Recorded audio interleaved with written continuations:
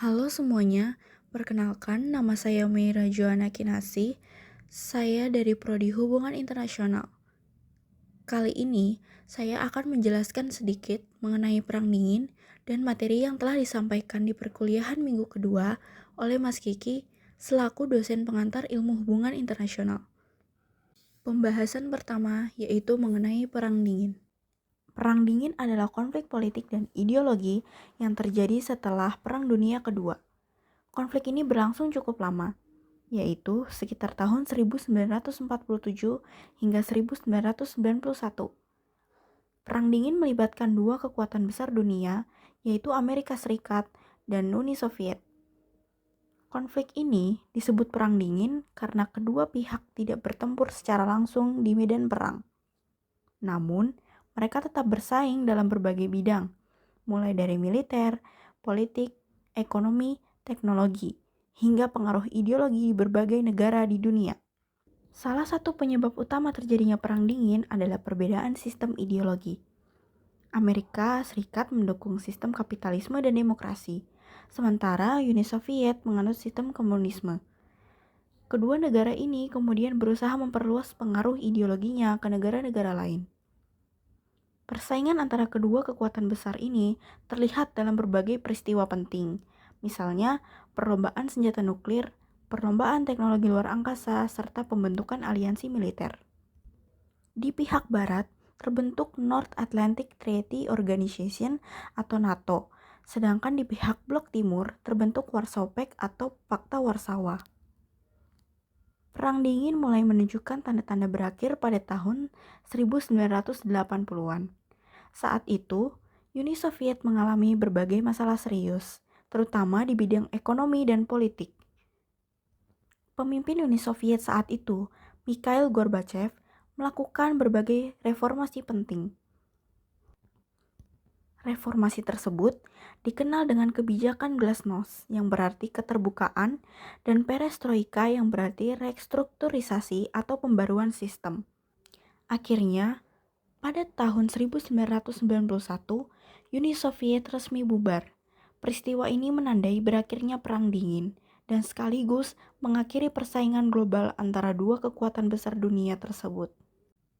Selanjutnya, ada pembahasan kedua mengenai materi yang telah disampaikan di perkuliahan minggu kedua.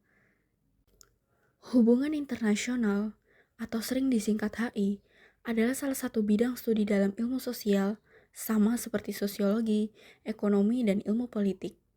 Studi ini berusaha memahami berbagai fenomena yang terjadi dalam kehidupan manusia. Namun, yang membedakan, hubungan internasional berfokus pada interaksi yang terjadi di tingkat global, antar negara, maupun antar berbagai aktor di dunia. Pada awal perkembangan ilmu ini, hubungan internasional sering dipahami secara sempit. Artinya, hubungan internasional hanya dilihat sebagai hubungan antar negara.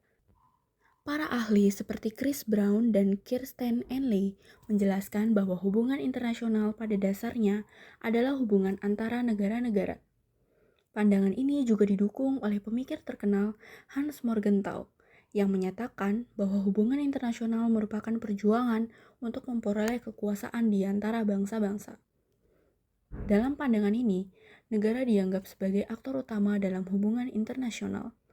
Keputusan yang dibuat oleh pemerintah suatu negara, seperti kebijakan luar negeri, diplomasi, atau keputusan untuk bekerja sama maupun berkonflik, akan mempengaruhi hubungan dengan negara lain.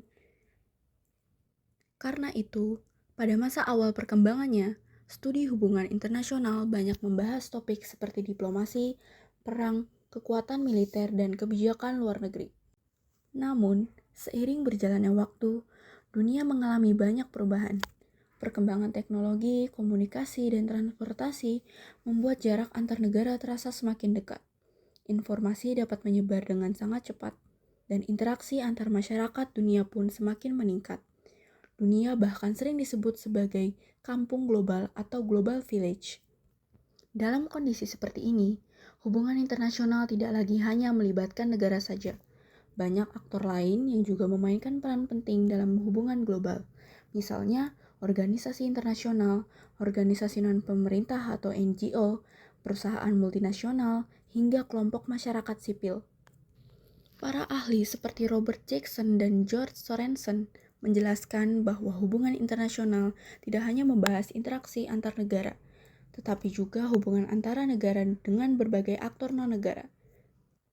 Tidak hanya masalah politik dan keamanan, tetapi juga ekonomi internasional, perdagangan global, lingkungan hidup, globalisasi, hingga isu-isu kemanusiaan. Pada awalnya, kajian hubungan internasional memang lebih fokus pada tema-tema tradisional seperti diplomasi, perang, organisasi internasional, dan keamanan global. Namun, dalam perkembangan dunia modern, berbagai isu mulai menjadi perhatian, misalnya terorisme internasional, masalah keamanan manusia, perubahan iklim, hingga kemiskinan global. Semua perkembangan ini menunjukkan bahwa hubungan internasional merupakan bidang studi yang interdisipliner. Artinya, studi ini tidak hanya berkaitan dengan ilmu politik, tetapi juga melibatkan ekonomi, hukum, sosiologi, bahkan studi lingkungan. Banyak orang berpikir bahwa hubungan internasional hanya berkaitan dengan pemerintah, diplomat, atau pemimpin negara. Padahal, hampir semua aspek kehidupan kita dipengaruhi oleh dinamika hubungan internasional, seperti perubahan harga minyak dunia dapat memengaruhi harga bahan bakar di dalam negeri. Kenaikan nilai tukar dolar Amerika dapat membuat harga barang impor menjadi lebih mahal.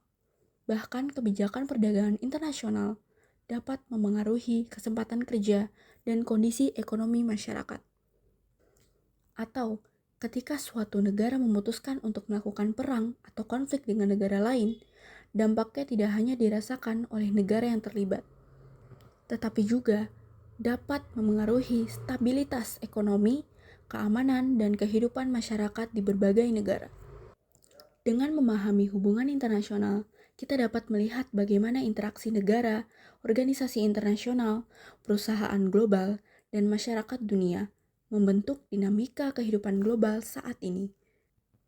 Pada akhirnya, hubungan internasional bukanlah sesuatu yang jauh dari kehidupan kita. Justru sebaliknya, hubungan internasional memiliki pengaruh besar terhadap berbagai aspek kehidupan kita, mulai dari ekonomi, keamanan, hingga perkembangan teknologi dan juga budaya.